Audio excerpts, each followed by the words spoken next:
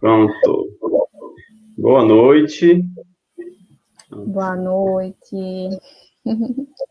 Boa noite a todos, né? E a todas que estavam aí já, chegaram cedo. Sabemos que é um horário bastante difícil para todo mundo, o horário que o pessoal está chegando do trabalho. Mas, enfim, estamos aqui no nosso webinar. Nosso webinar que vai começar agora, né? Vamos falar um pouco, o nosso tema trauma intergeracional. É um tema bastante curioso, muitas pessoas chegaram para mim e disseram, que tema legal, muita curiosidade em conhecer, né? E aí aqui estamos para desenvolver o tema com vocês. Estou aqui com minhas colegas, né? Colegas de profissão, psicólogas, psicóloga Diane Mello e a Cristiane Issas, né? Estamos em cada um em um lugar diferente do mundo, né?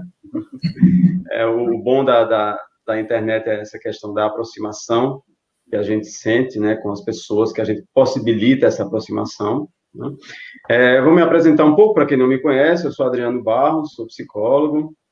Atualmente faço doutorado em psicologia clínica na Universidade Católica de Pernambuco, onde trabalho com psicologia institucional. Sou professor também na área de psicologia da saúde e atuo, agora retornei, né, a atuação junto ao Conselho Regional de Psicologia, numa comissão voltada à psicologia das emergências e desastres.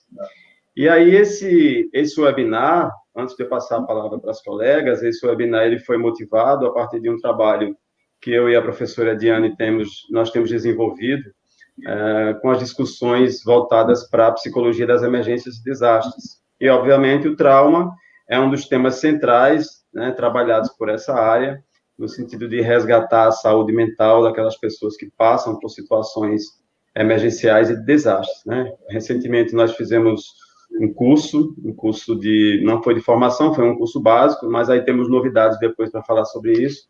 Nós fizemos um curso de formação de básico agora, no mês de outubro, né? E foi um curso bastante interessante, tivemos profissionais de várias áreas, até porque a psicologia das emergências é uma área interdisciplinar. Mas, enfim, vou passar a palavra para a Ediane se apresentar e, logo em seguida, a Cristiane fará o mesmo. Boa noite. Boa noite a todos. Meu nome é Ediane Mello, e falando brevemente sobre meu percurso profissional, né, eu sou graduada em psicologia pela Universidade Estadual da Paraíba, e tenho mestrado pela Universidade Federal do Pará, em Belém, onde eu tive a oportunidade de viver durante 2 anos.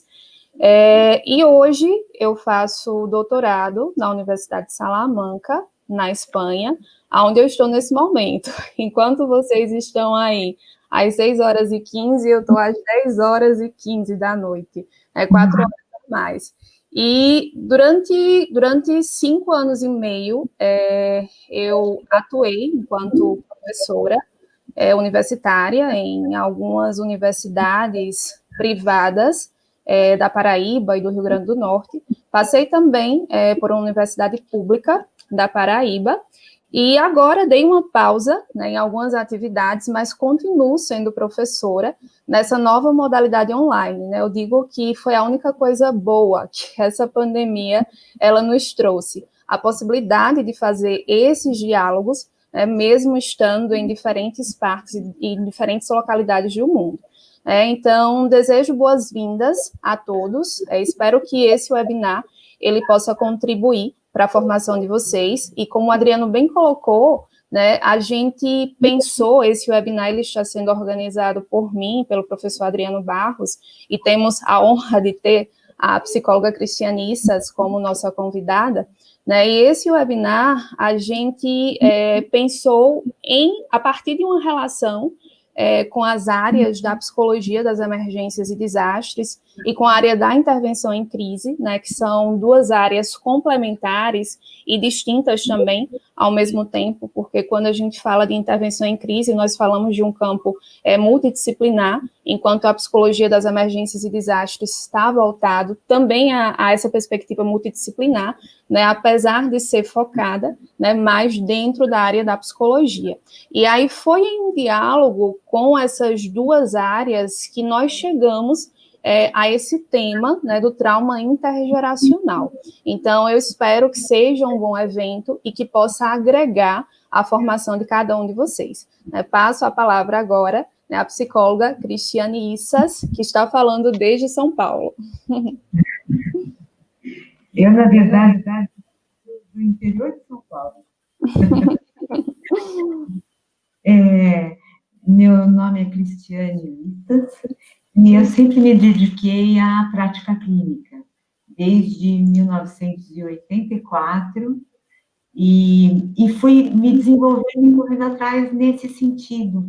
Então, eu me formei em homeopatia, em psicossomática, em hipnoterapia, terapia regressiva e nas neuroterapias, que são muito novas e que trabalham muito a questão do trauma.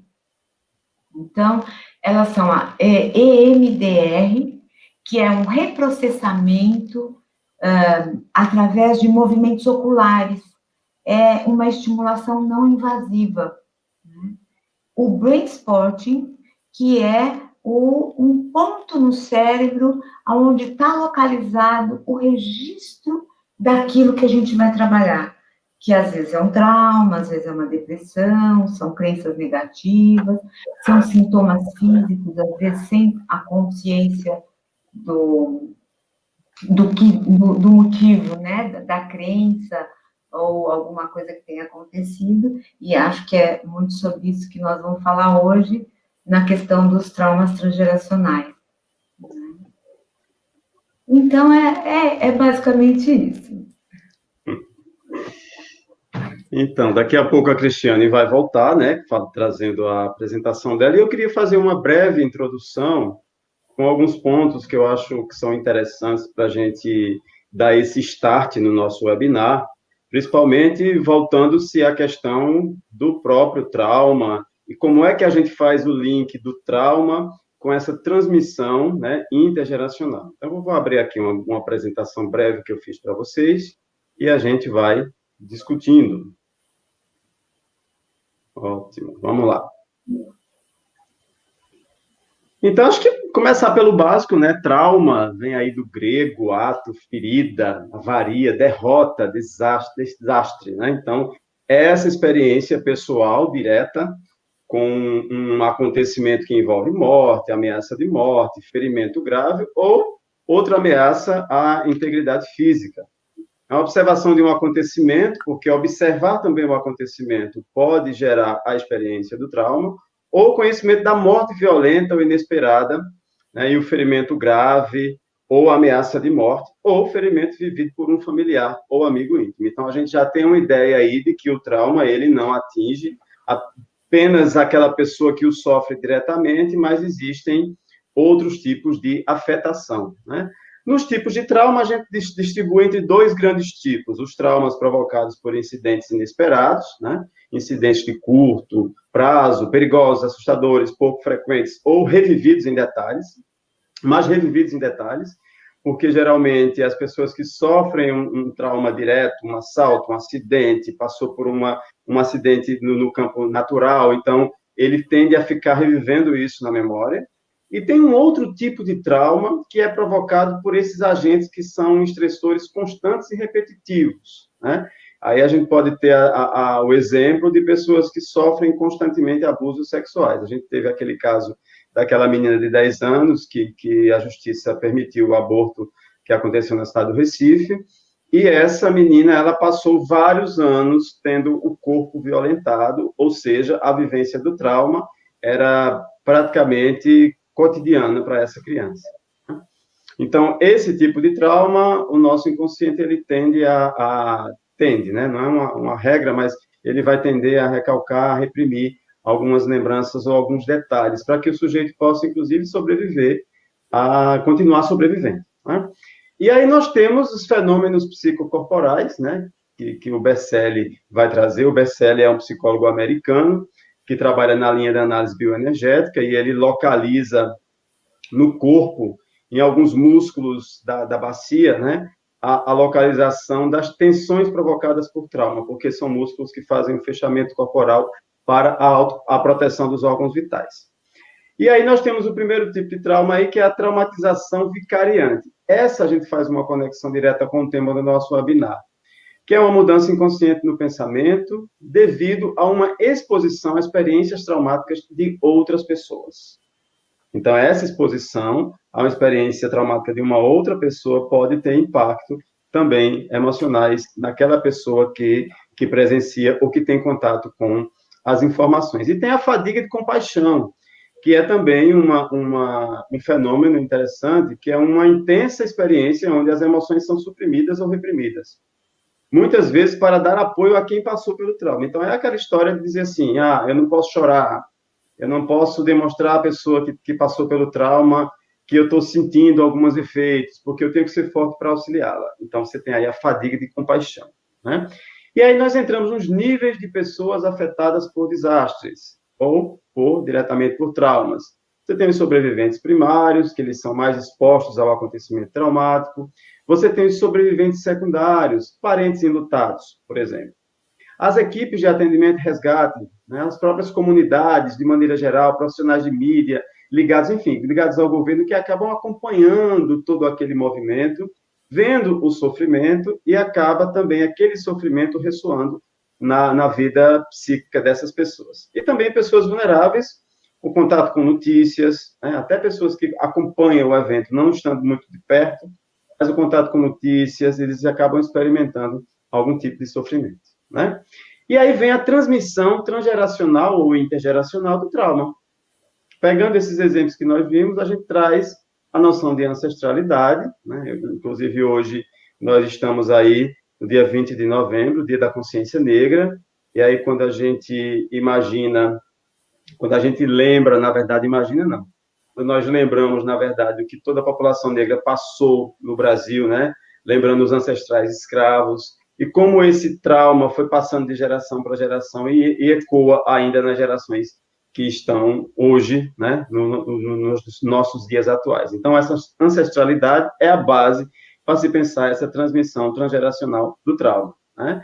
E nessa transmissão incorpora-se o quê? Transformações, distorções, os silêncios, os ruídos, as reelaborações do conteúdo psíquico que chegam aos descendentes. Então, essa transmissão, ela acontece de diversos modos, eu vou mostrar um pouco mais adiante. Pode se apresentar na forma de quê? Identificação com padrões. Então, aquela pessoa que tem uma sensação, por mais que ela seja inteligente, por mais que ela tenha opções de se desenvolver, ela se sente um fracassado. E aí, essa experiência de fracasso vem de onde? De repente, identificação com um padrão familiar. Recursos de experiência, modos de enfrentamento, porque não só é transmitido as experiências relacionadas à vivência negativa do trauma, mas também a construção de mecanismos de enfrentamento, né? Lealdades, comportamentos disfuncionais, segredos, as histórias de família mal contadas, a construção dos nomes, a relação do nome com o ancestral, enfim, são como a transmissão transgeracional do trauma ocorre. E aí temos alguns modelos apresentados por esse autor, Braga, que fez uma tese em 2011 sobre o transtorno, os traumas transgeracionais, a transmissão. E aí ele divide em alguns modelos. O primeiro modelo é um modelo psicodinâmico, onde a transmissão ela é mais inconsciente, de experiências traumáticas que foram recalcadas e que não foram integradas pelo psiquismo dos pais, né? Aí você faz uma relação com a teoria do apego. Traumas e lutos não resolvidos na infância podem levar ao desenvolvimento de uma função parental marcada por temores e desamparo, né? Tem famílias aí que têm histórias repetidas de desamparo, histórias e histórias de desamparo, de abandono, e que vão se repetindo dentro do ciclo familiar, e as pessoas não fazem uma conexão com essa transmissão intergeracional, né? Probabilidade de relações vinculares confusas a serem desenvolvidas pelos próprios filhos. Então, esse seria o primeiro modelo psicodinâmico de transmissão transgeracional do trauma. O segundo modelo apresentado pela autora é o sociocultural, é o impacto direto que os pais e o ambiente social têm sobre os filhos, né? Crianças aprendem padrões, na verdade, a transmissão dos padrões via modelos de aprendizagem. As crianças aprendem padrões culturais de comportamento e o modo vicariante que a gente viu lá atrás, né?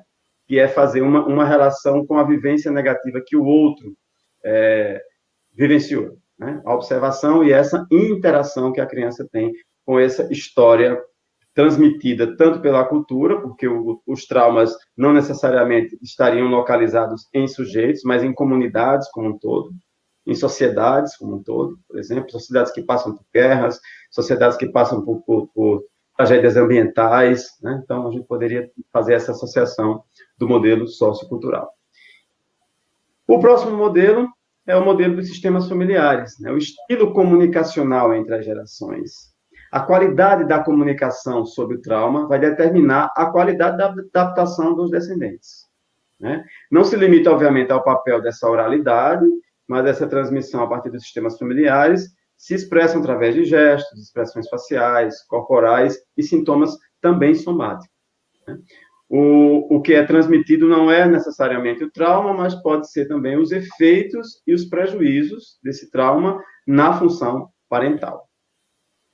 E, por fim, o último modelo, que é o mais complicadinho, mas é o de transmissão biológica, né? Essa vulnerabilidade genética ou biológica constituídos como agentes de risco para a traumatização secundária, ou seja, é o sujeito vulnerabilizado biologicamente, né?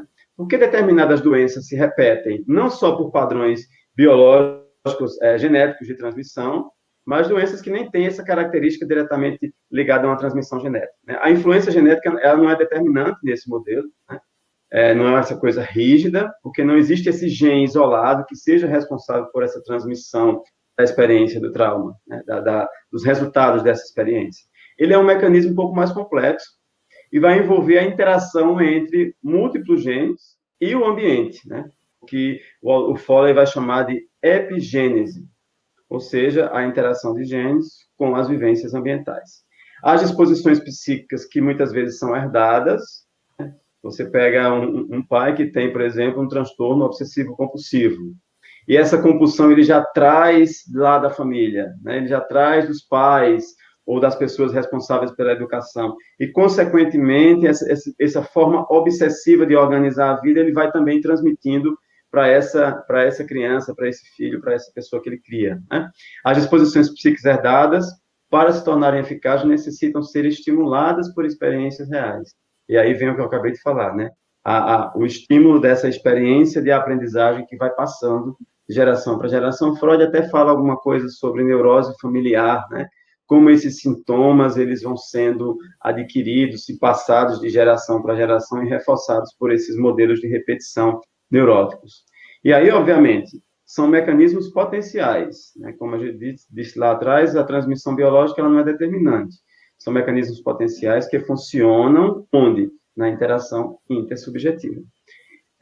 Na intervenção clínica, só para a gente finalizar essa parte aqui da minha participação inicial, a gente cita alguns manejos ou algumas teorias que podem ser utilizadas, né? A terapia familiar sistêmica, exercício de liberação do trauma, constelação familiar, genograma e ecomapa, e o que a nossa amiga vai falar também, que é a dessensibilização e processamento por meio dos movimentos oculares.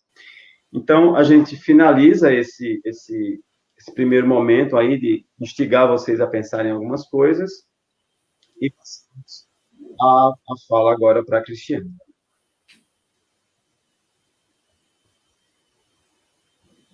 Então, aproveitando todo o gancho dele, que mostra como as coisas se desenvolvem, a gente pode parar para pensar um pouco que os nossos traumas não são só nossos. Os traumas dos nossos ancestrais não são só deles, são nossos também. E nós nascemos no meio da vida de outras pessoas. Então, se a gente começar a pensar dessa forma, é muito interessante a gente ver como, talvez lá os antigos, e muita gente, até ainda hoje, a gente fala assim, quem é fulano? É filho de Beltrano, é neto de não sei quem. E aí, a pessoa tem mais ou menos uma noção melhor de quem é essa pessoa, né? Por quê? Porque a cultura é passada, né? E aí a gente vai ver devagarzinho como é que isso acontece. O estudo da transmissão transgeracional do trauma começou com o Holocausto, com os campos de extermínio, e é visto até hoje como que algumas pessoas ainda têm transtorno de estresse pós-traumático, que são aqueles sintomas de repetição de memória, algumas coisas que acontecem, que eles repetem os padrões daquilo que foi vivido em outra intensidade, em outro momento, por outra pessoa, que são os ancestrais, né?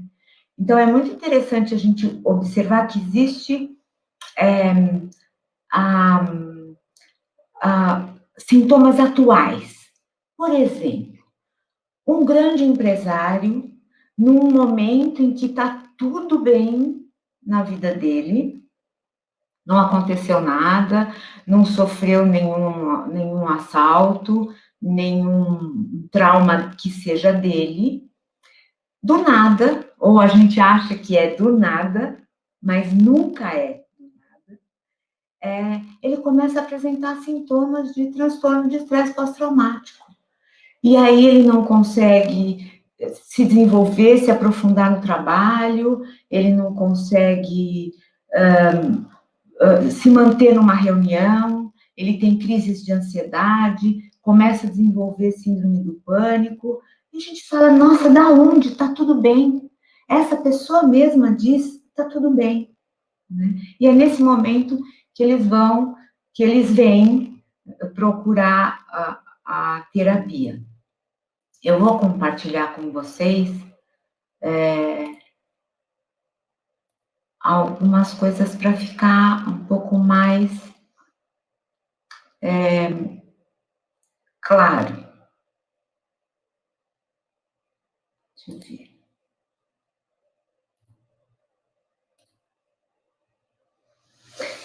Então, é assim, nós estamos lá no meio da nossa vida e com o contato com os nossos avós, e é tudo muito tranquilo, muito saudável, muito... E tá tudo bem com todo mundo, né? E dali a pouco, a gente começa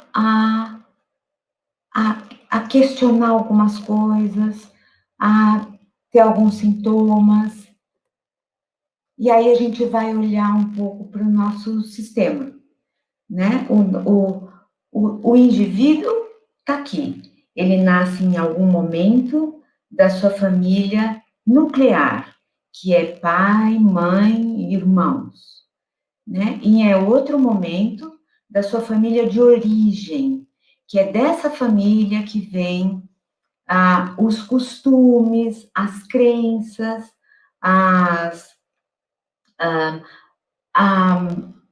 o que for de definir a nossa identidade, sabe? As lealdades invisíveis com as nossas famílias, né? Os padrões de conduta que se repetem. Só que o que aconteceu lá, nessa família de origem, muitas vezes aconteceu em outra cultura, em outros países, né? Mas o padrão de comportamento, ele se repete a nível inconsciente, né?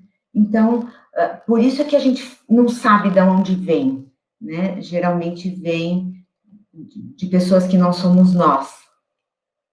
Acontece que a gente também herda, e ainda bem, os recursos, a gente também herda a força, a gente também herda a resiliência. Então, como o professor Adriano disse, tem traumas simples, que embora sejam de impacto, um impacto muito grande, eles têm começo, o momento do trauma, e eles vão se reprocessando, embora haja o transtorno de estresse pós-traumático, mas ele se conclui, ele se elabora, né? E o trauma complexo, que é esse que nós vamos trabalhar, porque são traumas de gerações. Aqui tem mais ou menos isso que a gente chama, que é a árvore genealógica, né? E o estudo emocional dos vínculos da árvore genealógica é o que a gente chama de genograma. É o estudo da história da nossa família. E é muito interessante a gente perceber o quanto as histórias se repetem, e a gente repete histórias, algumas observações do tipo, nossa, fulano, ele tem o gesto, a expressão, ele tem o tom do bisavô dele, um bisavô que ele não conheceu, né? E como será que isso passa, né? Então, os traumas vicariantes, que ele disse, os traumas de compaixão, os traumas mais sutis, todos esses, de uma certa forma, são traumas que estão incrustados em vivências. Então, são passados através da nossa história.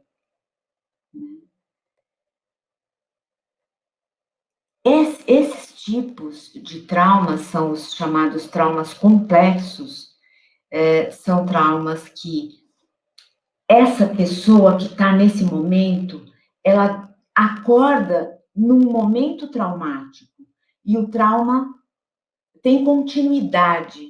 O trauma, você acorda no dia seguinte, você ainda está dentro do trauma, né? Esses traumas são chamados complexos, porque eles vão criando crenças, formas de ver o mundo, formas de lidar com as questões da vida de uma forma geral.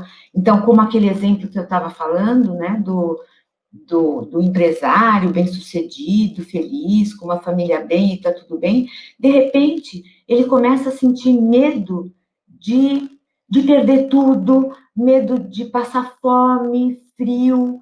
E de onde vem isso, né? A gente pode olhar para aquele genograma e procurar de onde vem isso.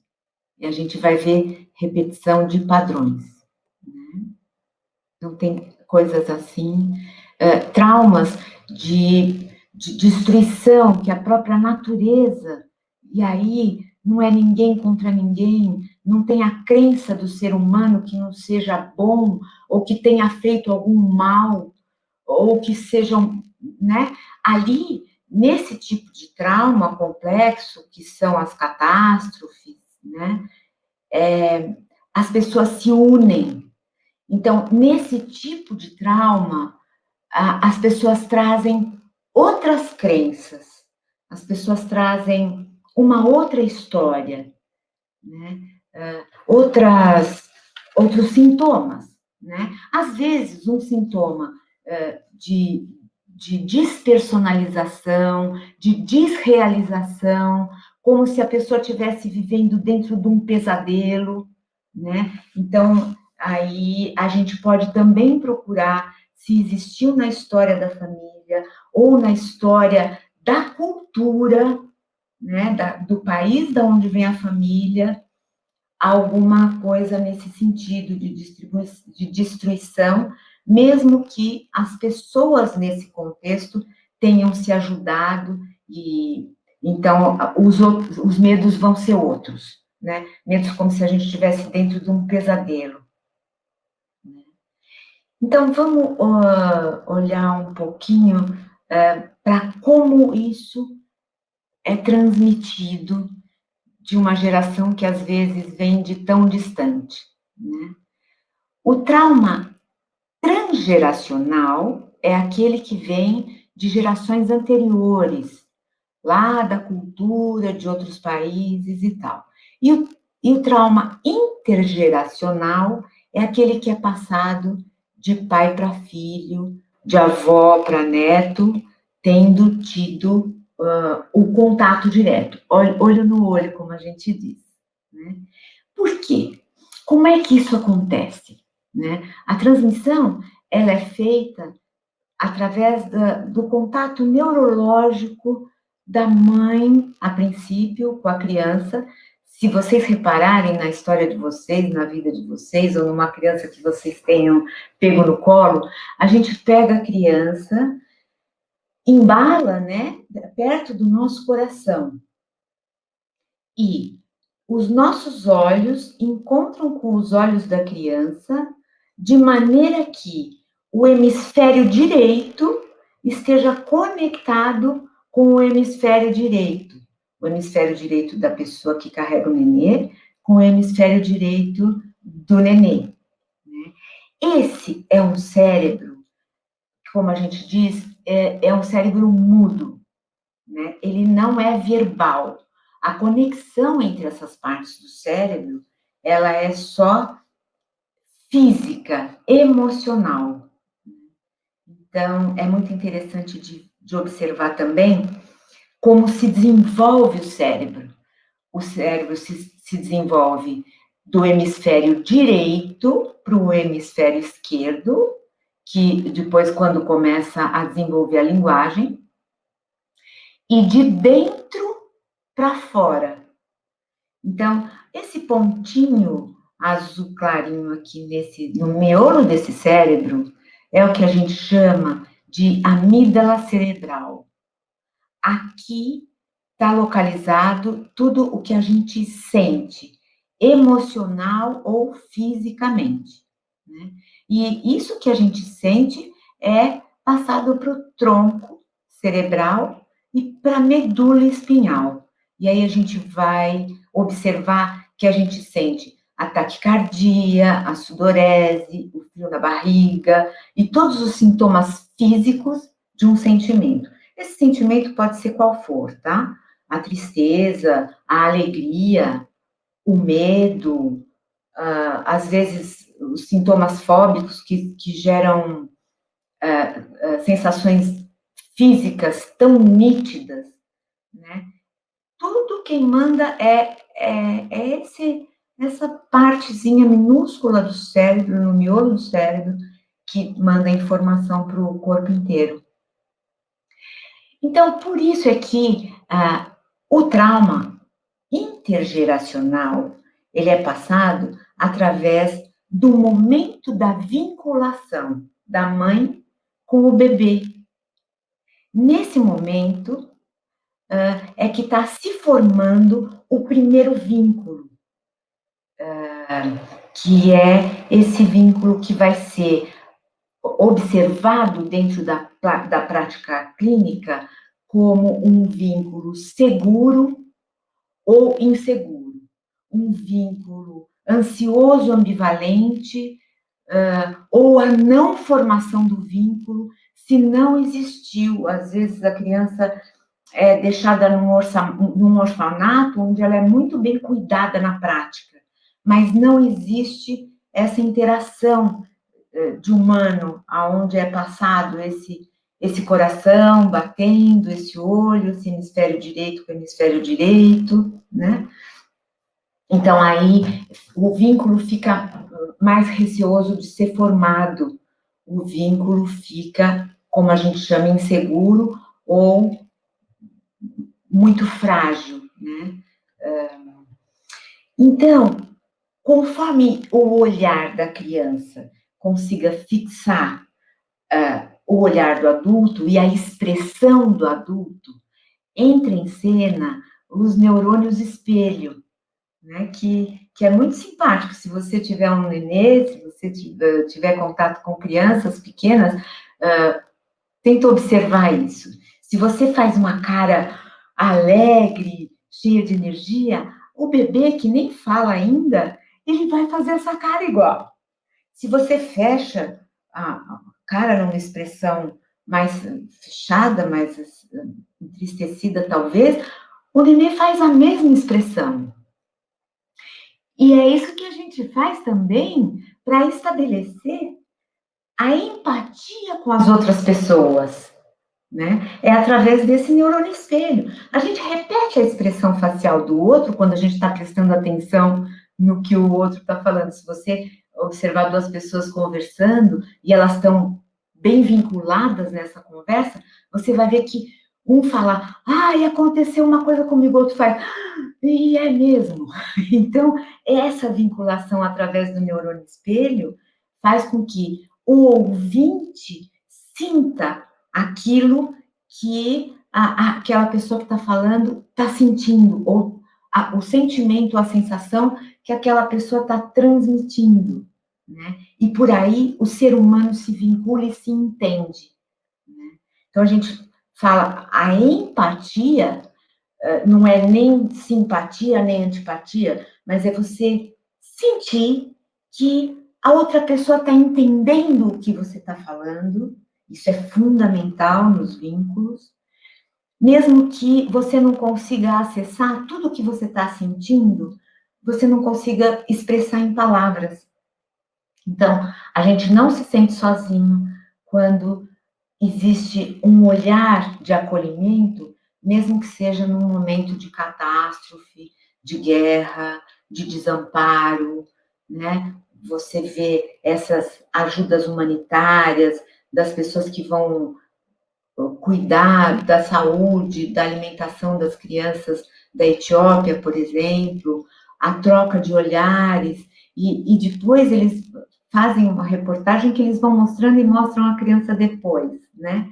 Esse acolhimento é fundamental até para que a criança desenvolva a vontade de viver, né? Então a gente fala, poxa, não, na minha família ninguém viveu guerra, ninguém esteve dentro do holocausto, ninguém foi escravo, ninguém foi, né, não teve nada disso, mas o meu vô veio novo da Europa para cá e sozinho. Aí a gente pode imaginar o quanto esse vô se sentiu desamparado, sentiu medo, sentiu a angústia de não ser acolhido ou recebido ou compreendido, porque às vezes ele vem, né, ou muda de país sem nem saber a língua, então ele tem medo de não conseguir se expressar, e isso também vai ser passado transgeracionalmente, né? Mesmo que que os nossos ancestrais não tenham vivido coisas muito sérias, né? Então a gente fala, não, meus ancestrais não passaram nada disso, isso não é comigo, mas né? É comigo, é com vocês, com todos nós, né? E isso nos define também, né? Então, essa forma de a mãe se vincular com a criança, que eu estava dizendo, né? É passado também a resiliência, é passada também a força, né? É passada também a determinação, boas crenças, aquelas famílias que dizem, não, nós da nossa família, nós somos fortes.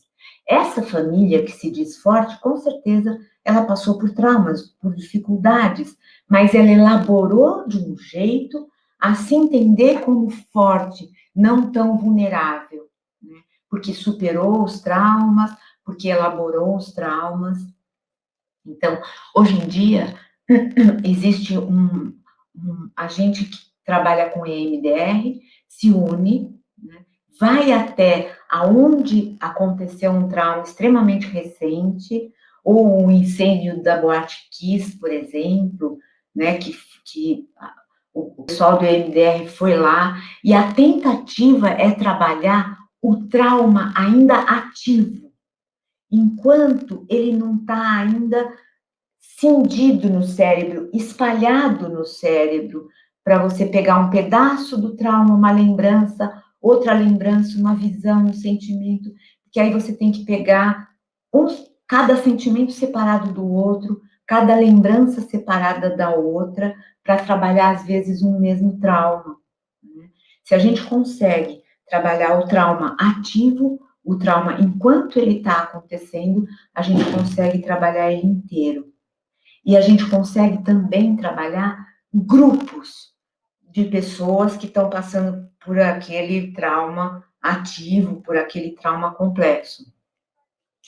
Isso, eu acho que vai ajudar a humanidade, né? E isso, da gente conseguir se ajudar e dar o amparo para as pessoas que estão passando dificuldade, vai transformar, isso sim, vai transformar o mundo num mundo melhor.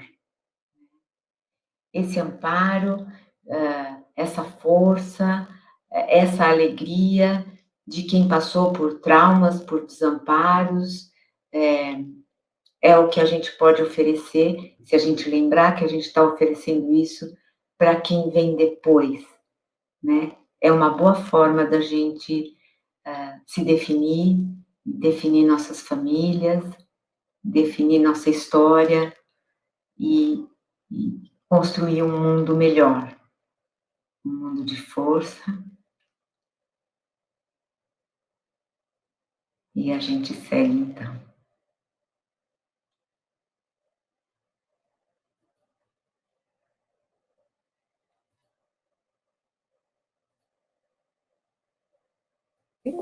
As palavras. Queria agradecer a fala de Cristiane. É um assunto muito interessante. Falar de trauma intergeracional, abordar, é uma temática muito, muito abrangente. Né? Falar sobre catástrofes sociais, falar sobre experiências individuais e que passam gerações. Né? E eu quero iniciar fazendo um comentário a respeito do que a Cristiane falou. Né? Ela iniciou com uma fala muito, muito interessante. Né? Ela disse que nós nascemos no meio de outras pessoas. E isso me fez lembrar os textos do Freud sobre o narcisismo, né, e depois os estudos, o que Lacan deu continuidade, né, aos textos do Freud a respeito sobre o narcisismo, em que, fazendo uma contextualização, né, dos dois, antes mesmo do bebê existir, biologicamente falando, né, ele já existe no desejo dos pais. Ele já existe nas fantasias dos pais. Então, quando a criança nasce, ela nasce também dentro desse meio subjetivo, né? Ela nasce dentro dessas fantasias, dentro desses traumas, né? E muitas vezes isso persegue, né, a criança até a sua idade adulta, e isso pode passar também, né, para as suas futuras gerações. E outras coisas também, né, outros pontos que a Cristiane falou, que eu particularmente sou atravessada por esses assuntos que são em relação à questão das catástrofes sociais, né? Por exemplo, Cristiane trouxe também que a história, os primeiros estudos sobre os traumas intergeracionais, né, eles vieram dos descendentes dos sobreviventes dos campos de concentração. Né, isso é muito interessante, porque se a gente parar para pensar, são filhos, netos, bisnetos, que não passaram pelos horrores das grandes guerras, não tiveram as cicatrizes físicas do que foram as guerras nos seus corpos, né, mas foram afetados em suas subjetividades.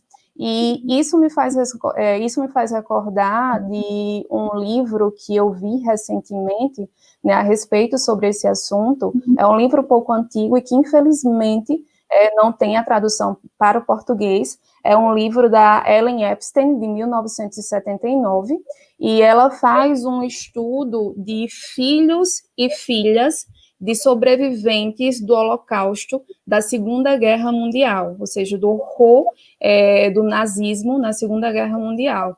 E é interessante que ela traz alguns relatos desses filhos e dessas filhas, e ela cita um em especial, que é de uma criança que está na escola com seus amiguinhos, e na hora do intervalo, essa criança começa a fantasiar e começa a ver imagens de roupas dos sobreviventes do Holocausto.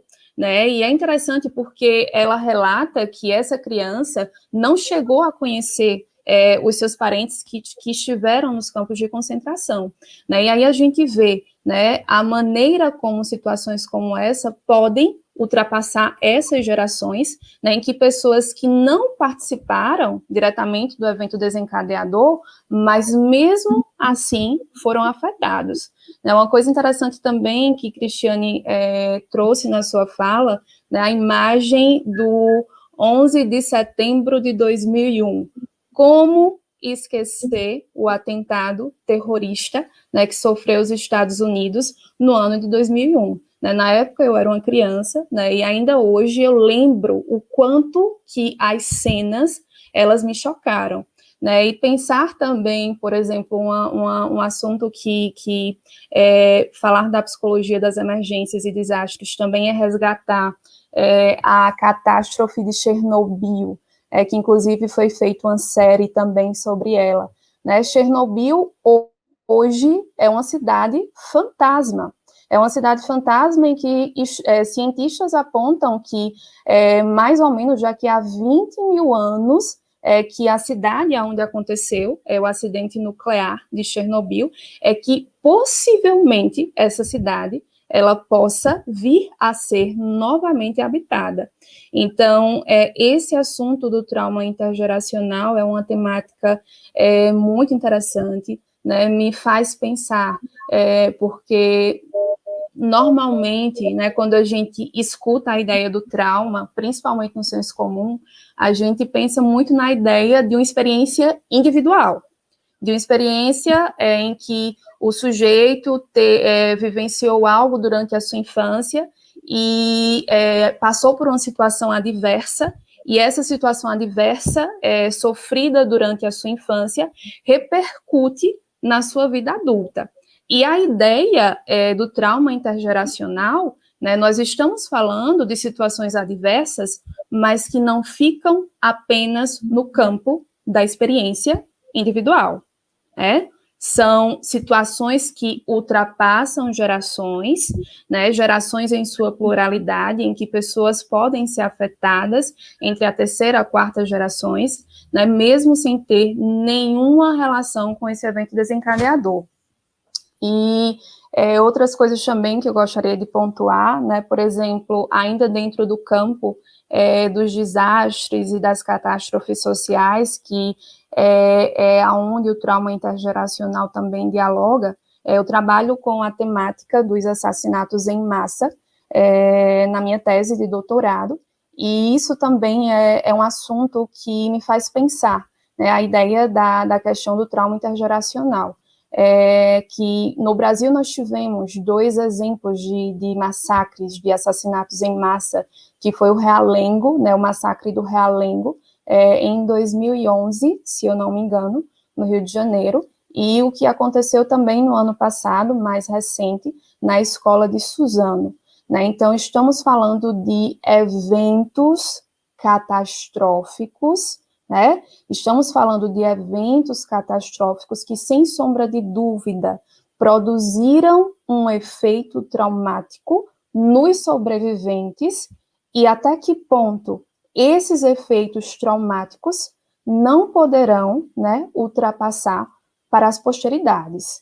Então, essa temática é uma temática que a mim me chama muita atenção, não é um assunto que está apenas no campo das catástrofes sociais, né, está dentro do âmbito familiar também, como bem trouxe Adriano no início da sua fala, e está também dentro de outras perspectivas, como também trouxe Cristiane, né, experiências que são experiências traumáticas que são transmitidas a partir de uma herança subjetiva, né, a partir das memórias deixadas pelos descendentes, né, e a partir também de heranças, como trouxe Cristiane, biológicas. Então, gostaria de passar agora, aproveitar a oportunidade, e passar para os nossos participantes do nosso webinar, para caso eles queiram fazer alguma pergunta, alguma pontuação, né, esse momento será um momento de diálogo com vocês. Enquanto o pessoal pensa aí, eu queria fazer algumas pontuações que eu achei interessante, né? Agradecer aí a participação de Cristiane nessa reflexão que nós estamos fazendo sobre o trauma tão importante. Alguns autores, eles falam que todos nós, independente da história, passamos por pequenos traumas ou grandes traumas na vida, ou seja, todo mundo vai ser traumatizado de alguma forma e em alguma intensidade, né? E esses traumas, eles podem ser desde os que a Diane citou, catastróficos, intensos, e pequenos traumas do cotidiano, como uma grande frustração em não passar num concurso que você se esforçou tanto para, né? E aí aquela pessoa fica bloqueada e, de repente, não quer mais fazer concurso público porque não foi, né? Eu acompanhei uns casos assim, um caso assim, e isso precisou ser desbloqueado, né? Mas, claro, muitas vezes existe uma vulnerabilidade desse sujeito a não encontrar mecanismos de enfrentamento dessa frustração. Onde é que eu estou querendo chegar? Pensando um pouco no transtorno do estresse pós-traumático. Todo mundo acha, ou pelo menos no senso comum, se pensa que toda pessoa que passa por um trauma, inclusive vamos pegar esses traumas aí mais intensos, provocados por catástrofes, acidentes, etc., essas pessoas automaticamente vão adquirir, vamos dizer assim, desenvolver o transtorno do estresse pós-traumático. Mas a literatura diz que apenas cerca de 25% das pessoas que passam por traumas intensos, né, a gente viu que tem dois tipos de trauma, né, esse trauma mais provocado, mais pontual, de uma vivência mais pontual, e aqueles traumas que são mais cotidianos e vão aos poucos acontecendo. Mas quando a gente fala desse trauma mais pontual, do acidente e tal, apenas 25% dessas pessoas desenvolvem o transtorno do estresse pós-traumático. É uma média estatística aí epidemiológica. E aí a gente fica se perguntando por que esses outros 75% não desenvolvem. Quer dizer que eles não sofrem do trauma? Claro que eles sofrem, né? Eles sofrem a intensidade do trauma de uma maneira diferente. Aí entra o fator subjetivo, entra os fatores de vulnerabilidade, né? Aquela mesma forma, assim, passar por uma perda muito forte. Algumas pessoas superam o luto, vivem o luto intensamente, mas eles conseguem sair da vivência do luto, e outras demoram tanto que acabam ficando depressivas ou desenvolvendo esses sintomas ou outros sintomas, né? Então, tem o fator vulnerabilidade, aí me lembra muito o tema do coping, né? Como é que as pessoas, às vezes, enfrentam, criam estratégias subjetivas e intersubjetivas para enfrentar os traumas da vida, de modo geral, né, o coping. E esse coping, óbvio, se você tem uma família que tem uma característica resiliente, aí a gente já está entrando no outro tema, o tema da resiliência, né? De repente, eu venho de uma família resiliente, né? Hoje eu escutava um relato de uma professora dentro das comemorações aí do 20 de novembro, né, e da consciência negra, e ela relatando a experiência traumática de ser negra, né, e de ter sido professora. E ela relatava mais ou menos assim que chegou num ponto do relato dela, né, primeiro ela diz, eu quis ser professora para que crianças negras, pobres ou de periferia, não passassem pelo que eu passei na escola. Então, ela já traz a experiência da trauma escolar, porque a vivência da escola não é necessariamente uma vivência positiva para todas as pessoas. Uhum. Aí ela até disse, na minha época, não se falava essas coisas bonitas, de bullying, essas coisas, não, era violência mesmo. E aí ela, num determinado momento do relato dela, ela para e diz assim, mas o importante de tudo é a família. Aí eu fiquei esperando ela dizer por quê, né? E aí ela diz, porque foi a minha família que me incentivou a não desistir dos sonhos quando eu estava num momento ali de tristeza, de querer desistir de tudo, né? E aí você vem a característica resiliente da família. E aí eu quero fazer uma outra referência aqui, dessa questão da transgeracionalidade, da intergeracionalidade, novamente com a população negra, que vendo os videozinhos lá no YouTube, né? No YouTube não, no Instagram, e a gente vai acompanhando as coisas, e o deputado David Miranda, ele postou um fragmento daquele filme Opaí, ó, né? sei se você lembra do filme. Sim, Ambientado sim. na Bahia, com Wagner Moura e como é o nome do outro? Me ajuda, eu sou péssimo para nome das pessoas. Ai, não recordo, mas eu lembro desse filme, sim. Lázaro Ramos. Lázaro Ramos. Isso. E aí tem um diálogo entre os dois personagens, onde um começa a destilar todo o ódio racista em cima dele, e tem uma hora que ele diz assim, mas eu sou negro justamente porque eu sou resistente, porque a minha raça tem uma coisa, nós somos resistentes à violência que vocês infringem sobre nós.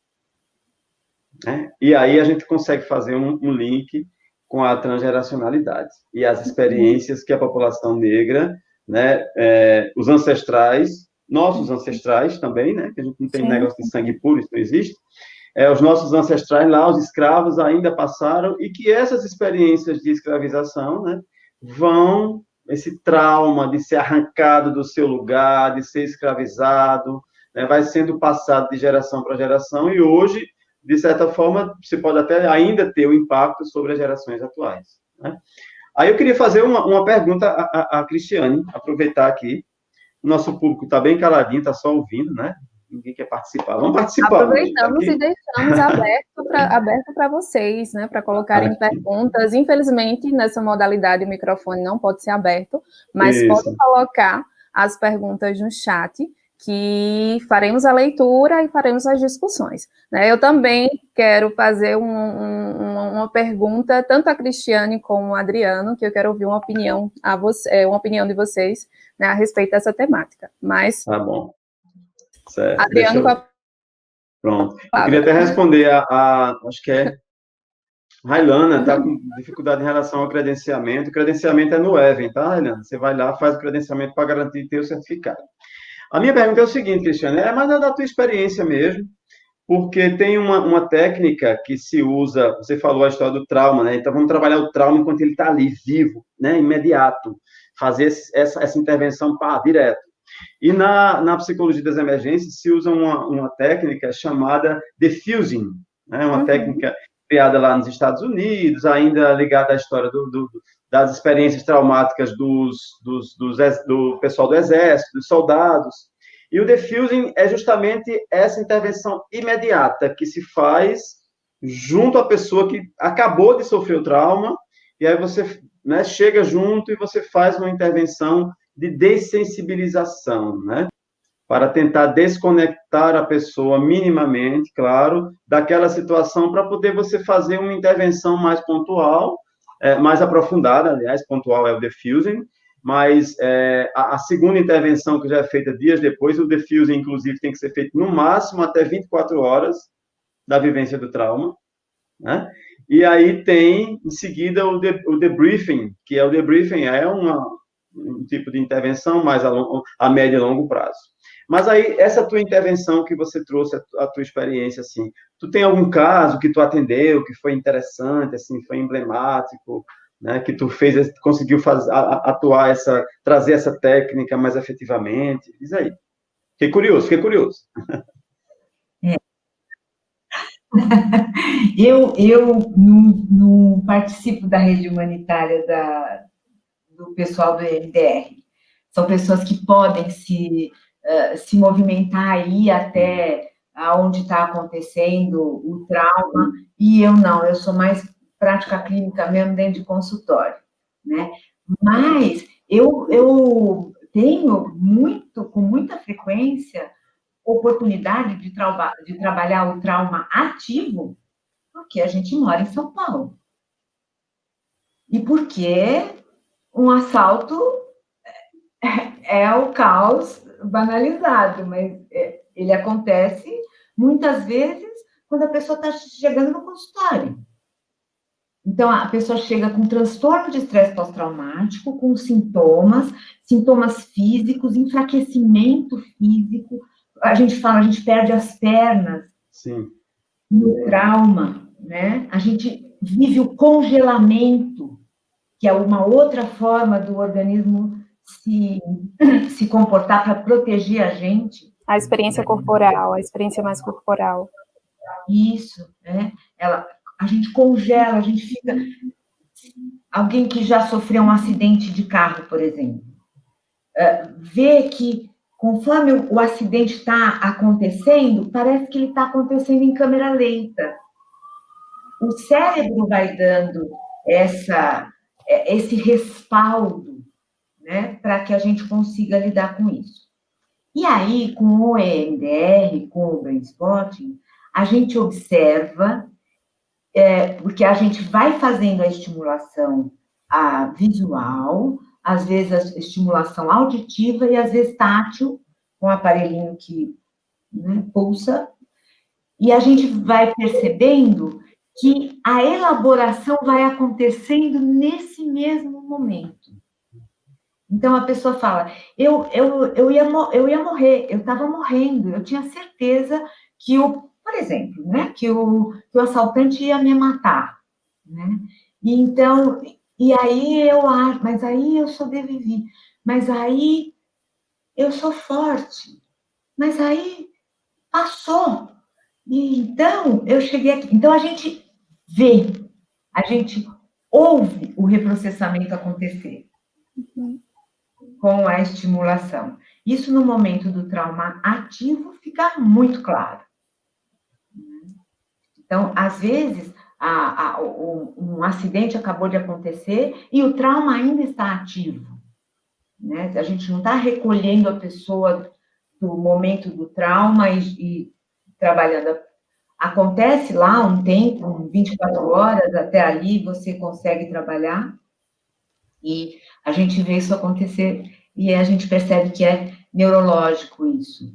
Quando a mãe olha para a criança e faz essa vinculação, que a gente chama de teoria do apego, de Bowlby, ela é também a teoria da regulação.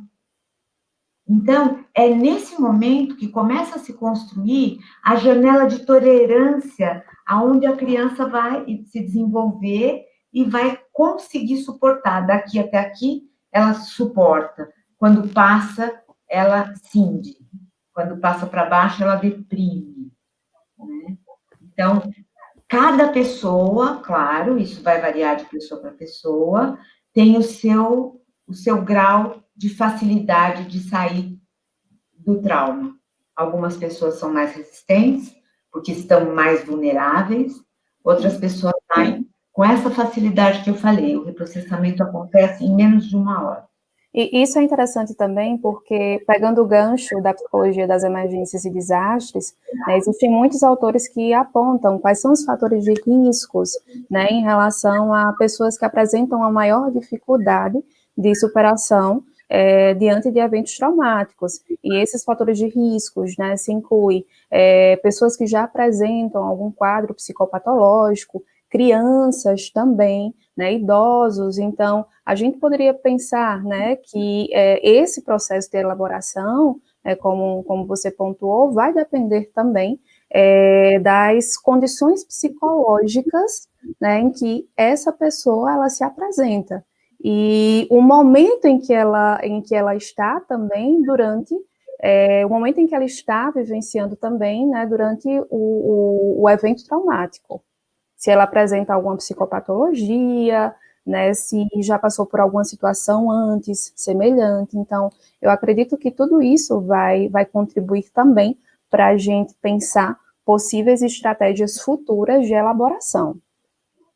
Com certeza. Às vezes, a pessoa está passando por outros problemas, né? Às vezes, a pessoa está num momento depressivo, e ela está, nesse momento, extremamente vulnerável a qualquer trauma. Um trauma que aconteça num momento de vulnerabilidade, ele se instala com muito mais facilidade, porque a pessoa está mais frágil, está mais vulnerável. Sabe uma coisa interessante? Dá muita diferença em qual a idade que o ancestral tinha quando ele vivenciou o trauma complexo. Então, vamos supor, um adulto que viveu o Holocausto é completamente diferente de uma criança que viveu o Holocausto. Né? Quando a criança cresce, depois casa e depois tem filhos e netos, as crenças, os lemas passados da família são outros. E a resiliência também é diferente. Aquela família que se comporta. Isso é muito interessante também. Perfeito. Nós temos dois questionamentos, perguntas. Queria pedir para Adriano dar uma olhada e aproveitar e fazer um questionamento, né, para vocês, tanto para a Cristiane como para Adriano. Agora, durante a quarentena aqui da Espanha, eu li um livro que me chamou muita atenção. E estudando sobre o trauma intergeracional, eu fiz alguns links que no momento em que eu terminei de ler o livro, eu não tinha me atentado. É a história de um pai e de um filho que vão juntos ao campo de concentração durante a Segunda Guerra, durante a Segunda Guerra Mundial, e os dois vão juntos a Auschwitz, que foi o campo de concentração, um dos piores campos de concentração, né, da Alemanha nazista na Polônia. E aí é interessante porque o livro, ele se dá em cima, né, da história do pai e do filho, mas dentro dessa história também tem os membros dessa família. E estudando o conceito de trauma intergeracional me fez ver o livro sobre outra forma, porque chega um momento, não vou dar spoiler da história, se vocês quiserem depois eu posso passar o livro para vocês, mas chega um momento que um dos filhos da família que não esteve, que não passou pelo campo de concentração, né, não passou por Auschwitz, começa a receber críticas por parte dos familiares, porque eles começam a pontuar, mas era para você estar sofrendo também. Nós passamos por uma situação traumática e você está vivendo normalmente como se nada tivesse acontecido, né? E aí eu quero trazer para vocês, né, como questionamento, queria ouvir de vocês, né, já que quando a gente fala também de trauma intergeracional, né, pensamos esse contexto familiar. E como pensar dentro desse contexto familiar daqueles filhos, daqueles netos que se desviam desse contexto traumático, que conseguem fazer essa elaboração, né, diferente dos seus familiares. Foram alguns questionamentos que me veio em cima dessa temática, em cima desse livro, e eu queria escutar um pouquinho vocês. Você quer falar, Adriano? Pode ir, Cristiane, depois eu falo. Então eu vou me dar água na boca. Eu quero também fazer um comentário em cima dos comentários que Clarissa fez aí no chat, né? Depois eu quero entrar nisso aí também, mas vamos lá. Tem os lemas e os silêncios familiares. Então, dentro da sistêmica e dentro até da constelação familiar, aquele que se nega a viver, a honrar a dor da família, a honrar a essa experiência, até que venha a resiliência, ele é entendido como o bode expiatório. É aquele que sai desse sistema, que ele não honra aquela dor, ele não honra aquela existência, então ele não consegue também participar da resiliência que aquela família constrói em cima daquele trauma, daquela dor, né? Então, esse é aquele que se exclui, né? Ele não está intimamente vinculado e representando essa família. Aí é interessante, porque se você aprofundar nisso, fica um trabalho muito complexo. Geralmente, essa pessoa não é a que vai buscar a terapia, porque ela simplesmente se nega e sai, ela vive outros desamparos, mas o que a gente vê é o paciente identificado, que é aquele que fica acolhendo todas as dores, tanto daquele que saiu, quanto daqueles que ficaram. Esse é o que gera os sintomas, esse é o que repete os padrões para honrar aquela dor, e esse é o que acaba desenvolvendo, em algum momento da vida, uma crise de pânico, uma fobia, momentos de dissociação significativos, como despersonalização e desrealização. Quando a gente vai ver, não tinha um motivo na vida dele que desencadeasse isso. Então, esse é geralmente o identificado. Interessante. Muito interessante. Você falando e eu pensando aqui, muitas coisas. A Clarissa faz referência, né, aos 2 comentários que ela faz, a questão da vivência, que eu já falei hoje, já em 2 momentos, sobre hoje o Dia da Consciência Negra, e de como o reflexo da escravidão, ela acaba atingindo gerações ainda, né, atuais, e vai passando de geração para geração, se transformando também, né, se transformando em um movimento de resistência. Quando você tem, por exemplo, nos anos 70, o movimento Black Power, né, que vai começar a valorizar os traços da cultura negra, do próprio corpo, a valorização do cabelo, do modo de vestir, a música. Isso também é uma ressignificação desse sofrimento traumático que vai passando de geração para geração, né? E aí, fazendo um link com o que a Ediane colocou, desse sujeito que nega, né,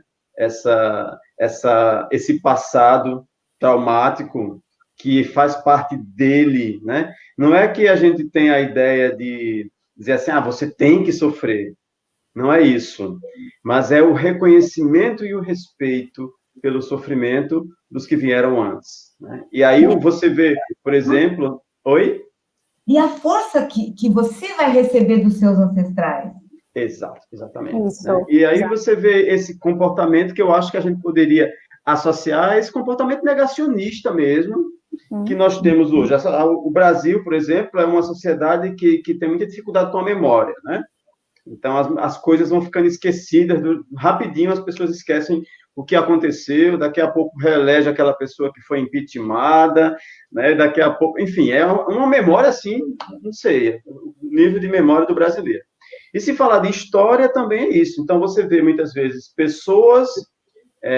vou dar um exemplo, assim, bem radical. A pessoa negra que não reconhece o movimento negro. Como nós tivemos aí o cara que assumiu o Instituto Zumbi dos Palmares, que detonou Zumbi, que, né, foi em busca desqualificando a história da sua ancestralidade, né? Então, você vê uma cultura negacionista, que aí eu acho que vira realmente esse bode expiatório. Eu acho que é o mesmo, é um caso também muito parecido com aquela pessoa, claro, que aí a gente não vai entrar no fator transgeracionalidade, mas vivência do trauma. Alguém que perde, que tem uma perda significativa e ele não vive a perda, o luto. Uhum. Ele nega a perda. Racionalista, vamos em vida que segue, né? Vamos embora, não sei o quê. Daqui a pouco ele adoece, porque o corpo dele vai dar respostas em torno dessa perda que não foi vivida, o luto que não foi vivenciado, né? E aí eu lembrei de um termo muito interessante, utilizado pelo pessoal da psicossomática, que é alexitimia, né? A alexitimia é essa incapacidade de expressar a emoção. Não é porque ele não quer, ele não consegue expressar a emoção, né? E aí eu vi num texto de um... Eu não vou lembrar agora o autor, mas ele dizia que existem famílias alexitímicas. Uhum. E aí é interessante, às vezes, alguns pacientes que chegam para a gente e dizem, mas a minha família não é afetiva. A gente não se abraça, a gente não se beija, a gente não diz que ama. Né? Então, e aí você vê todo esse reflexo no comportamento do próprio paciente, que também tem dificuldade com o toque, né? Tem dificuldade em fazer vínculos duradouros, em estabelecer esse vínculo afetivo consistente com o outro sujeito. E aí, quando você olha, a história está nessa família, mas com certeza isso já vem de muito tempo atrás. Repetições que são da ordem do inconsciente, como bem traz Freud. Né? A gente repete coisas que são do outro de uma forma inconsciente que muitas vezes nós só nos damos conta em um processo terapêutico. Né? Eu também vi muito isso estudando sobre o conceito de trauma intergeracional, que muitas vezes, né, essas vivências que não é sua, mas é de outras pessoas, né, vem aí de outras gerações, você só se dar conta em um processo terapêutico, em uma análise pessoal, né? Como se viesse uma luz, eita, peraí, eu faço isso, mas eu não tinha me dado conta, né? E aí, no processo terapêutico, em um processo analítico, né, seja qual for a abordagem, é como se esse insight viesse à tona e a recordação do momento, né, de uma repetição, que é da ordem do inconsciente, ficasse mais clara, né? E eu vejo nesse processo também um caminho para a superação, que é quando o sujeito ele consegue fazer um reconhecimento de algo que até o momento para ele era desconhecido. Tem uma pergunta bastante interessante de Nara Lima. Ela pergunta assim: qual é a diferença de um trauma sofrido entre um adulto e uma criança? Foi citado rapidamente no contexto do Holocausto, mas como seria pensado no contexto da atualidade? Traumas infantis e traumas vivenciados por pessoas adultas. Tá. Quando eu estava dando esse exemplo, eu até lembrei do filme A Vida é Bela. Né? Aquela criança, nossa, é um filme maravilhoso, mas ela vive aquele trauma, é um trauma complexo, mas ela vai vivendo de uma forma lúdica, que o pai vai mostrando para a criança de uma outra forma, apesar da criança, ela sabe onde ela está, ela sabe o que ela está vivendo, mas ela aproveita o lúdico e elabora a partir daí, né? Então, essa é a diferença. O adulto, ele tem a clareza toda daquilo que está acontecendo, e a criança, naturalmente, ela entra nessa questão lúdica, da representação, do faz de conta com muito mais facilidade. Então, a criança, ela desenvolve uma resiliência mais profunda do que o adulto, porque o adulto ele já vem tendo recebido outras questões também de resiliência, mas de trauma mesmo, né? De crenças de perigo, de crenças de vulnerabilidade. Né? A criança não vem com isso já, ela vem mais ou menos limpa na consciência disso, então ela elabora de uma forma diferente do adulto. Qualquer coisa que aconteça, a criança elabora de uma forma diferente do adulto, né? Aí, eu vou pegar o gancho do que o Adriano falou, na questão do racismo no Brasil. Isso é uma coisa acordada. Isso é um trauma que as pessoas vivem ainda hoje. E ainda é um trauma complexo. É um trauma por compaixão de todos nós, e é um trauma vivenciado no bullying, na rejeição, no preconceito, em tudo isso, né? Até as crianças sentem isso, dos amiguinhos da escola, os pais tentam proteger os filhos disso, e ao tentar proteger, eles mostram a realidade, né? Se eles falassem, não, vai lá, filho, você se vira, você resolve, você consegue, tá, eu vou lá e eu me viro, né? Mas, quando tentam proteger, é uma forma de falar, por quê? Né? Tá precisando me proteger porque tem perigo. Então, isso é uma coisa muito viva. Não dá para falar que é um trauma de ancestral. Né? É um trauma de quem vive o trauma agora, não é? Exatamente, eu acho que é o que o Clarissa colocou aí, né? É um trauma reeditado o tempo inteiro, né? É uma coisa terrível, terrível mesmo. Sobre essa história da criança e do adulto, eu lembrei de um filme também, muito interessante, chamado O Labirinto do Fauno. Não sei se vocês conhecem, né? O Labirinto do Fauno, que uma criança também vivencia o contexto. Eu não lembro agora, se faz muito tempo que eu vi, se é da Primeira ou é da Segunda Guerra Mundial. E é um contexto assim muito brutal. Ela não tá em campo de concentração, ela vive a violência da guerra em outros contextos ali, né? E ela acaba criando um mundo paralelo para se desvencilhar daquela violência toda e tentar meio que sobreviver àquilo tudo, né? O filme é muito denso, né? Mas vale a pena assistir, muito interessante. A criança... Oi? Exatamente isso. Enquanto a criança consegue né? Entrar no mundo dela. Exatamente. É um mundo que é um mundo que é diferente do mundo do adulto. A linguagem da criança é uma linguagem distinta do adulto. A gente vê isso na nossa prática do consultório. Usamos o lúdico para acessar a mente da criança. Então, essa linguagem, essas expressões que a criança ela vai colocar de forma diferente do adulto. Isso no âmbito da psicologia, no âmbito do consultório, é muito importante que o profissional ele saiba fazer essa leitura. O que é que a criança ela quer falar? O que é que a criança ela quer dizer através desse ato, através de um gesto corporal, através de um desenho, através da sua brincadeira, que efeitos traumáticos existem aí. É uma leitura complexa, e que é importante o profissional que trabalha nessa área, trabalha com a criança, saiba fazer essa leitura, que é diferente da leitura, da linguagem que nós temos com a pessoa adulta. É interessante que quando o adulto ele chega no consultório, ele já chega, porque aconteceu isso, foi assim, assim, assim, assim, e na criança, com a criança, é completamente distinto.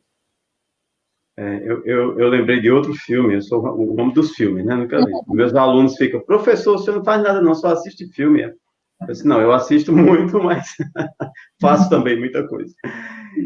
Um filme que eu assisti há muito tempo atrás, chamado Café da Manhã em Plutão. O título já chama a atenção, Que filme é esse? E aí fala da história de dois rapazes que na infância são abusados sexualmente por um mesmo homem, E aí vai mostrando no filme o desenrolar dessa experiência traumática na vida de um e na vida de outro, Enquanto um tem um grau de resiliência, consegue fazer escolhas, consegue seguir adiante, apesar do abuso sexual, o outro fica preso nesse abuso, Não consegue desenvolver autonomia, não consegue se tornar um adulto autônomo e passa por uma série de problemas. Inclusive, esse que não consegue ir adiante, ele recalca a memória, ele esquece, ele reprime a memória, ele não lembra do que aconteceu, E aí não vou contar mais nada, porque quem quiser assistir o filme, assiste, Mas eu queria sinalizar com esse exemplo que, apesar de a gente dizer adulto e criança, a gente não pode generalizar absolutamente nada, porque existem adultos e existem crianças e crianças. Claro. Existe a criança que tem, de certa forma, essa capacidade desenvolvida de uma resiliência, de seguir, enfim. E vai ter aquela que vai ficar presa ali, que vai precisar de ajuda, vai precisar de suporte, Da mesma forma, o adulto. Não é dizer assim, porque o adulto sofreu um trauma, ele não vai da mesma forma, Como a gente viu, o transtorno do estresse pós-traumático não se instaura em todo mundo, mas naqueles mais vulneráveis, realmente vai atingir, vai ter um impacto gigantesco na saúde mental e na saúde integral, de modo geral. Essa questão da generalização é bem interessante, Adriano, e é algo que a gente trabalha no campo da psicologia das emergências e desastres, na intervenção em crise, porque, por exemplo, voltando de novo para as catástrofes sociais, por exemplo, dos desastres, o fato da pessoa estar ali, o fato da pessoa passar por uma situação de desastre, não significa dizer que automaticamente aquela pessoa vai desenvolver um trauma. Ela pode passar por um estado de crise diante da emergência da situação, diante do evento, do evento catastrófico, mas isso não significa dizer que todas aquelas pessoas vão passar pelo trauma e que todas aquelas pessoas vão vivenciar os mesmos sintomas. Isso que a Adriano contou é muito interessante. Tem uma coisa que eu queria compartilhar com vocês, é uma questão de vivência dentro da prática clínica. Às vezes a gente trabalha o encontro com a criança ferida, com a criança que sofreu em algum momento e tal. E é muito interessante como a gente pode ver que o adulto interpreta a dor da criança no momento de se aproximar, numa visualização criativa, dessa criança para exercer um cuidado, um amparo, né? E aí a criança tem mais para oferecer para o adulto do que o adulto para a criança. Essas são vivências emocionantes, são vivências terapêuticas de um alívio muito grande. Exato. Eu queria até, assim, abrir um espaço, acho que a Diane já puxou um link aí interessante, que é sobre os traumas que abarcam comunidades, grupos de pessoas. Né? Eu lembro do exemplo lá de Santa Maria, a cidade já está sofrendo os resultados desse trauma coletivo. Né? Eu vi o relato de uma pessoa que falava que a cidade era uma cidade muito alegre, cheia de festa, cidade universitária, era festa todo fim de semana, em todo lugar. Hoje a cidade ela está mais quieta, mais silenciosa, né? E ainda, de certa forma, presa um pouco nesse processo do luto, desse trauma. E aí você tem vários exemplos aí pelo mundo inteiro, né? Esse pessoal que passou pelos acidentes das barragens agora, você vê que a relação que o sujeito mantém com o local onde ele vive, a relação que o sujeito, as relações sociais que se desenrolam naquele espaço, né? E aí eu lembrei de algumas intervenções, teve uma colega que fez uma intervenção, participou de uma intervenção com um grupo de mulheres aqui no Recife, naquele bairro que era considerado favela, mas é um bairro, né? O Brasília Teimosa, acho que a Diane deve saber, não sei se vocês conhecem o Recife nesse sentido. E ela fez um trabalho com mulheres, né, da comunidade, mulheres pobres, carentes, muito ligadas à questão da pesca, porque a maioria dos maridos pescadores, com aquela, né, em torno do mar, da história do mar, e elas foram percebendo que os sofrimentos eram muito coletivos, né? A identificação quando conseguiu juntar essas mulheres num espaço só para fazer uma intervenção no campo coletivo, conseguiu identificar que os sofrimentos eram muito parecidos e que tinha a história da intergeracionalidade na medida que vai passando, né? É a mãe que já era adolescente grávida, né? E a mãe da mãe que também teve uma gravidez precoce, que sofria violência doméstica, e a outra vai e casa com a filha casa novamente, então a repetição da violência doméstica do lugar dessa mulher oprimida, né? E ela foi fazendo um trabalho muito interessante, né? Que aí ela intitulou o projeto de Sereias Teimosas, né? Achei muito legal o título do projeto, Sereias Teimosas. Então, como é que essas mulheres foi resgatando a autoestima dessas mulheres a partir desse encontro, dessa coletividade? Como é que vocês veem essa questão do trauma coletivo? A sociologia trabalha com esse conceito, né, de trauma coletivo. Inclusive, tem um texto muito, muito interessante, que da área das ciências sociais, da sociologia, que eles trazem essa conceituação, trauma coletivo. E eu, particularmente, vejo uma relação tamanha com a questão do trauma intergeracional, né, porque a gente vê isso dentro do campo das cidades, dentro do campo das comunidades. Eu não paro de pensar, por exemplo, dentro dessas situações, como eu já citei, o exemplo de Chernobyl, o exemplo do acidente nuclear de Chernobyl, né, e é interessante porque um ano depois do acidente nuclear de Chernobyl, tivemos no Brasil o acidente com o Césio-137, em 1987, se eu não estou enganada. E ainda hoje, a cidade onde aconteceu o desastre com o Césio ainda está marcada pelo trauma, né? Ainda está marcada pelos efeitos do que foi esse desastre, né, na comunidade. Né? Então, essa questão da coletividade, né, desse trauma coletivo, que ultrapassa a esfera individual, e que atravessa as cidades, atravessa as comunidades, é algo muito atual, né? Algo que vem desde a Primeira, Segunda Guerra Mundial e que atravessa até a nossa contemporaneidade. O que aconteceu, eu citei também um exemplo com o massacre de São Paulo, no ano passado, na cidade, na escola de Suzano, e até hoje, né, mesmo antes da pandemia, a escola ainda estava fechada, porque os efeitos do evento foi muito catastrófico, né, tanto para a instituição, como para a própria cidade, como para a comunidade em geral.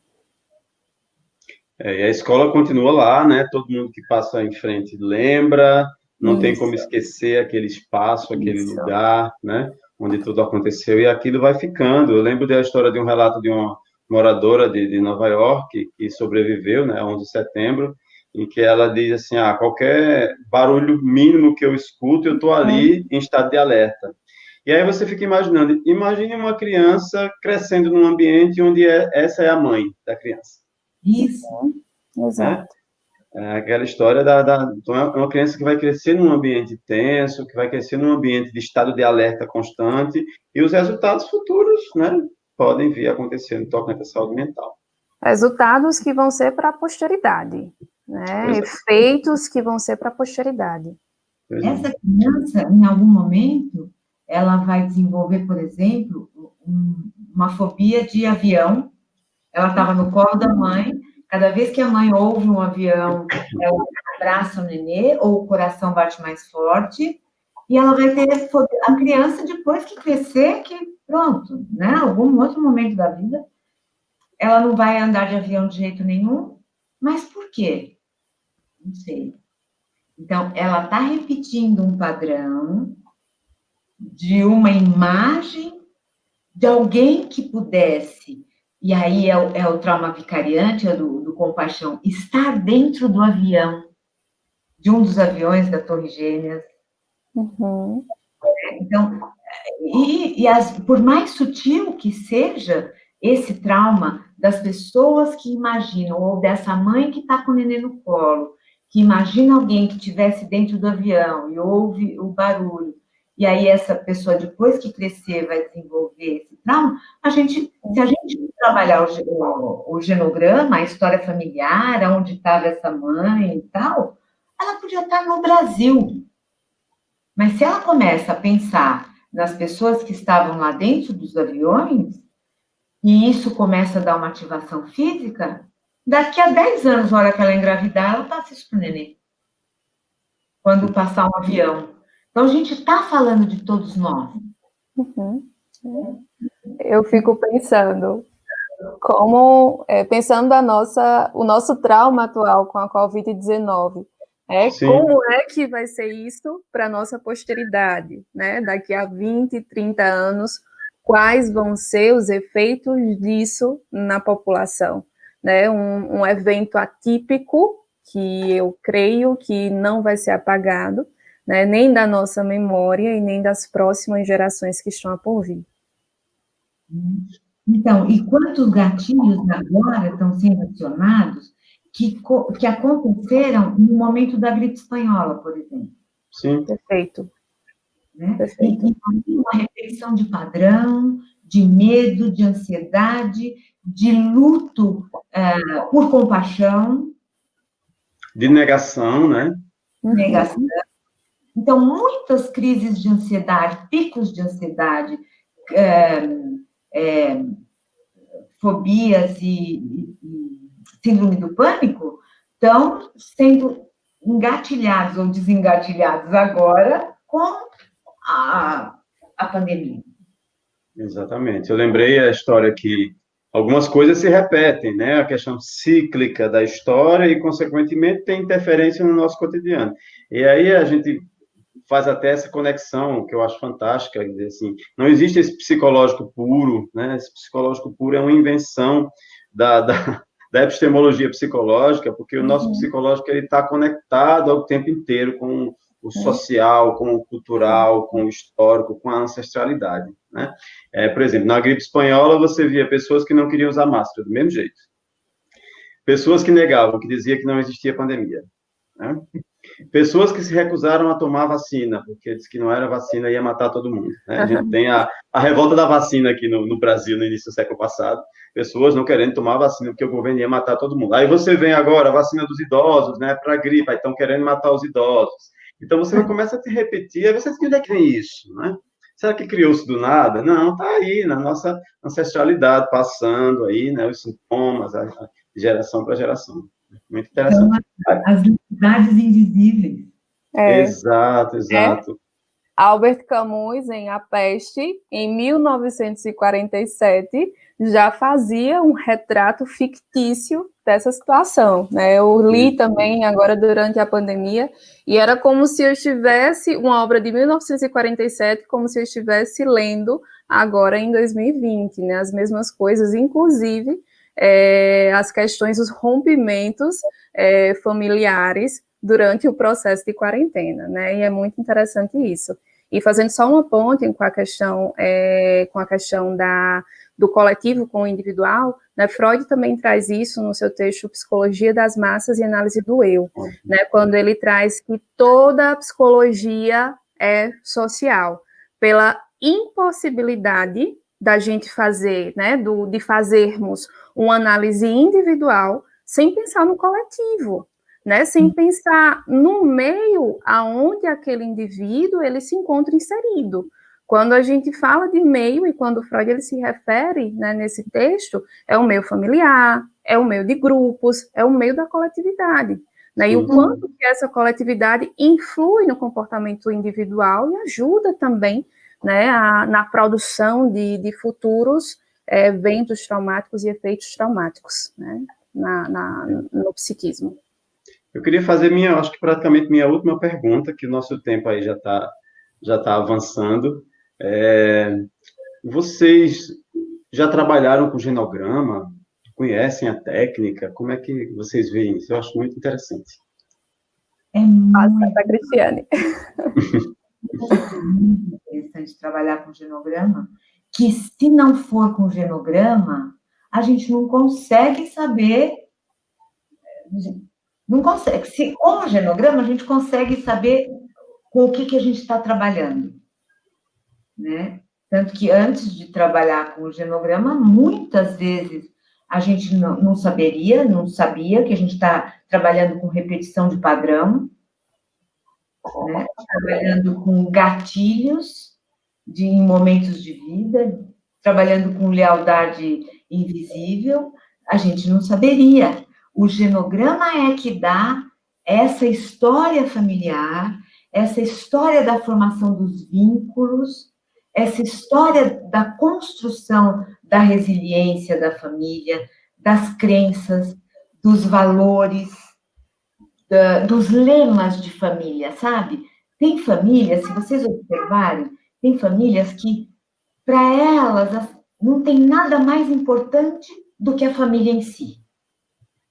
Então, a união da família, a união dos irmãos, isso é muito importante, isso é fundamental, isso é um verdadeiro valor. Outras famílias, o lema da família é o quanto eles valorizam quem enriquece. Então, a pessoa tem reconhecimento se ela enriquecer. E aí, o que acontece é que essa família disputa um pouco, meio que um pisando em cima da cabeça do outro, para saber quem sobe mais, quem vai além, né? Embora sejam irmãos ou pais e filhos que se amem muito, o valor deles não é esse que dessa família. Pode ser também todo mundo muito rico ou todo mundo muito pobre. Não importa. O valor é a família. Algumas famílias, o valor é a beleza. Então, o que não for estético não tem valor. Então, fala assim, judiação, coitadinha da fulana, ela é tão feinha. Ela pode ser a pessoa mais doce daquela família. Ela pode ser a pessoa internamente a mais linda da família, né? Mas se o valor daquela família é beleza, é estético, a família vai lidar com isso dessa forma. Então, eu vejo isso, a gente vê isso no genograma. A partir dos padrões, né? É muito interessante, né? Muito interessante, porque muitas vezes o sofrimento ele não está ancorado naquela experiência especificamente daquele sujeito, mas ele tem esse link lá atrás, né? experiências, como eu falei lá no início, de fracasso, porque esse sujeito tem tudo para fazer sucesso dentro do que a sociedade estabelece como sucesso e ele não faz. Né? Quando você vai para a história, você tem uma história de fracasso. Né? É muito interessante porque a experiência que a clínica hoje está me trazendo tem muitas histórias de repetição desses padrões que você acabou de falar. O padrão da traição. Então, é aquele que trai, aí o outro trai, e a traição sempre está ali dentro dos segredos familiares. Né? O padrão também do bom casamento. O que é o bom casamento? Aquela família que o bom casamento é o casamento onde você tem um acordo financeiro, né? Ah, casou bem porque o cara é rico, né? Ah, não, casou bem, é o valor intelectual. Ah, não, porque ele é formado, pelo menos ele é formado, né? Tipo assim, então, você traz esse conjunto de valores, os segredos que existem nas famílias, né? Aquilo que não é dito, aquilo que é obscuro, aquilo que muitas vezes é escondido da criança, que está ali o tempo todo. Criança é muito atenta, né? Fica ali o tempo todo escutando o que os adultos falam, e de repente então tem aquelas coisas obscuras, e isso vai marcando, né, o desenvolvimento dessa pessoa, e lá na frente está ela, com dificuldade de estabelecer um vínculo duradouro. Aquela quando pessoa você vai... Quando você vai fazer esse resgate na história daquele sujeito, você encontra, né, o que a psicanálise chama de significantes, né, aquelas etiquetas que foram dadas por outras pessoas e que você cola em sua subjetividade e assume como sendo sua, como sendo seu, né, e os efeitos disso são catastróficos, né, e... A experiência do abandono, né? Eu lembrei de um caso de uma menina que engravidou do rapaz, né? E eles vinham namorando, estava tudo bem. Quando ela disse que estava grávida, o rapaz sumiu, pum, né? E aí, quando ela contando a história, ela dizendo, mas o pai dele abandonou ele. Olha só, né? O pai dele abandonou ele. Então, quando ele se viu na possibilidade de ser pai, ele se apavora e ele faz a mesma coisa que fizeram com ele, abandona a criança também, né?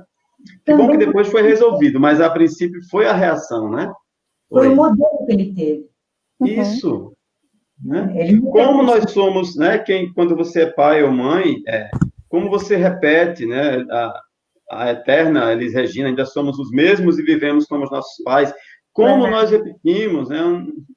Uma pessoa dizia assim, nossa, um dia desse eu me peguei falando igualzinho a minha mãe.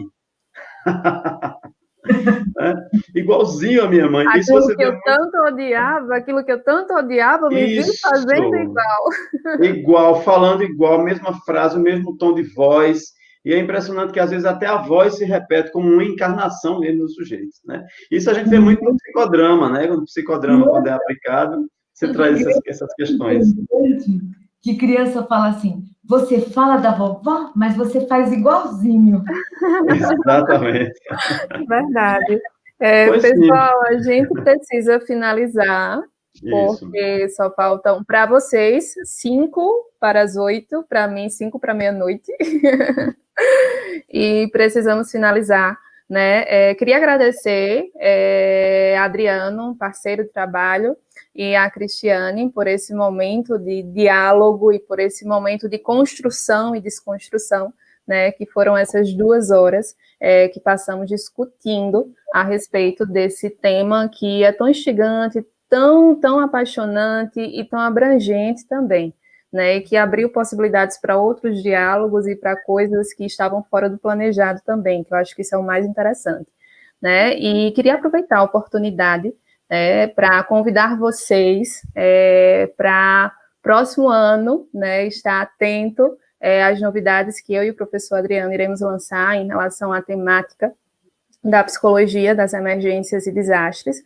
Fizemos esse ano um curso no mês de outubro, e para o ano que vem também estamos com alguns planejamentos, né, que no momento nós não vamos divulgar, mas que ano que vem, né, nós vamos dar continuidade a esse trabalho no campo da psicologia das emergências e desastres e da intervenção em crise, que é uma área que dialoga dentro dessa temática do trauma intergeracional, né, e que ano que vem, né, estaremos colocando em prática, a partir de alguns eventos. Ótimo, ótimo. Queria agradecer, a Roberta colocou aí uma mensagem para a gente. Obrigado, Roberta, pela presença, obrigado a presença de todos e de todas, né? A discussão aqui só começou, temos aí muito espaço para desenvolver, é um tema maravilhoso, é um tema que instiga muito a gente. Se a gente pudesse, ficava a noite todinha aqui, mas não vamos fazer isso com a Diana, não, porque ela tem que dormir, né? A gente ainda é cedo, né, Cristiane? Então, a parceria aí com a Diana é uma parceria de longa data, né? Então, realmente, ano que vem a gente vai continua com esse processo aí da psicologia das emergências e desastres, com novidades que em breve vamos divulgar. Parceria com o Cristiane, né? Se concretizou hoje, né? Uma pessoa que veio agregar, né? Que é um prazer gigantesco conhecê-la. Espero um dia conhecê-la pessoalmente, né? E que, óbvio, nossa parceria está só começando, né? Vamos desenvolver aí muitos processos. O futuro, né? É uma coisa para se construir. Então, muito obrigado a todos. Gente, eu que agradeço o convite de vocês. Obrigado. Obrigado a todos que nos assistiram. E, realmente, essa parceria só está começando. Pois sim, minha gente. Então, boa noite. O pessoal que não fez o credenciamento, ainda há tempo de fazer, tá? Credenciamento na plataforma do Even. Depois que vocês fizerem o credenciamento, vai ter uma pequena pesquisa para vocês avaliarem o evento da gente. E logo em seguida, vocês já conseguem baixar o certificado. Tá bom? Uma boa noite a todos e a todas. Abraços, abraços. Grande abraço. Abraços. Tchau, tchau. Tchau, tchau.